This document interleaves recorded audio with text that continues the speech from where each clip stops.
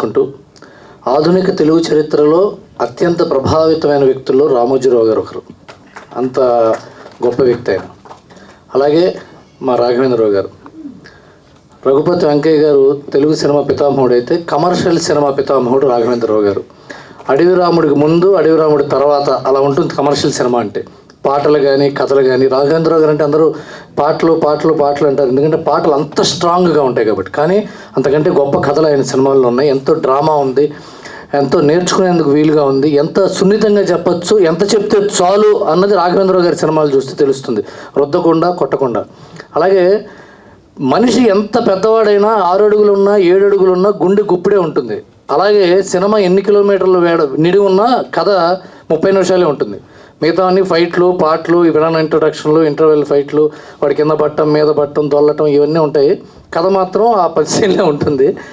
ఆ కథని కథాసుధగా తీసుకురావడం ఈటీవీ వారి గొప్ప ప్రయోగం, చాలా గొప్ప విధానం కూడా. ఎందుకంటే ఈనాడు అంటేనే కథలు. ఇప్పుడు అజయ్ శాంతి గారు ఇక్కడ ఉన్నారు. ఆయన ఇది కథ కాదు అనే శీర్షిక మీద 40 ఏళ్ళ నుంచి ఇప్పుడు కథలు రాస్తున్నారు ఆయన.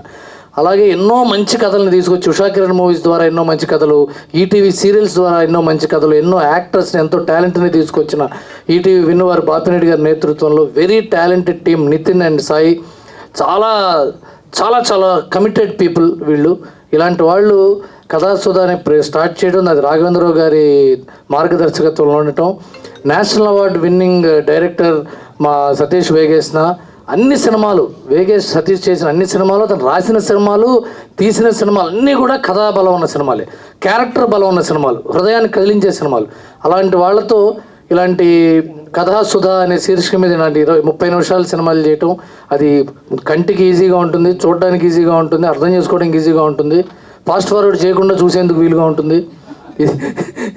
ఇది కాకుండా ఎంతోమంది యాక్టర్స్ని తీసుకురావడానికి ఒక వేదికగా ఉంటుంది. ఇది చాలా పెద్ద సక్సెస్ అవ్వాలి. మేమందరం కూడా కథలు రాసుకుని మీ దగ్గరికి వచ్చి మీ ఆఫీసుల చుట్టూ తిరిగి మీరు ఓకే అని వెనక తెలుసుగా ఓటీటీ సంగతి అందరికీ అది చేసి, and I wish you all of the team అది గ్రాండ్ సక్సెస్. అలాగే భరణి గారు లాంటి ఒక గొప్ప నటులు, అంటే ఎంత సీనియర్ నటులు కూడా ఈ వేదికని ఆలింగనం చేసుకుని ఇట్లాంటి సినిమాలు చేయడం వల్ల వాటికి విజిబిలిటీ ఎక్కువ ఉంటుంది. భరణి గారు చేశారంటే ఏదో లేకుండా చేయరుగా, అంటే ఒకసారి చూద్దాం అనే ఒక ఆశ ఉంటుంది, ఒక నమ్మకం ఉంటుంది. అలాంటి వాళ్ళు రావటం చాలా మంచి విషయం. ఇది wish you all the best, God bless, thank you. అది ఇంకొక విషయం ఏంటంటే, ఇంకొక 30 నిమిషాల కథ చేద్దాం అనుకుంటున్నాం మీకోసమేనండి.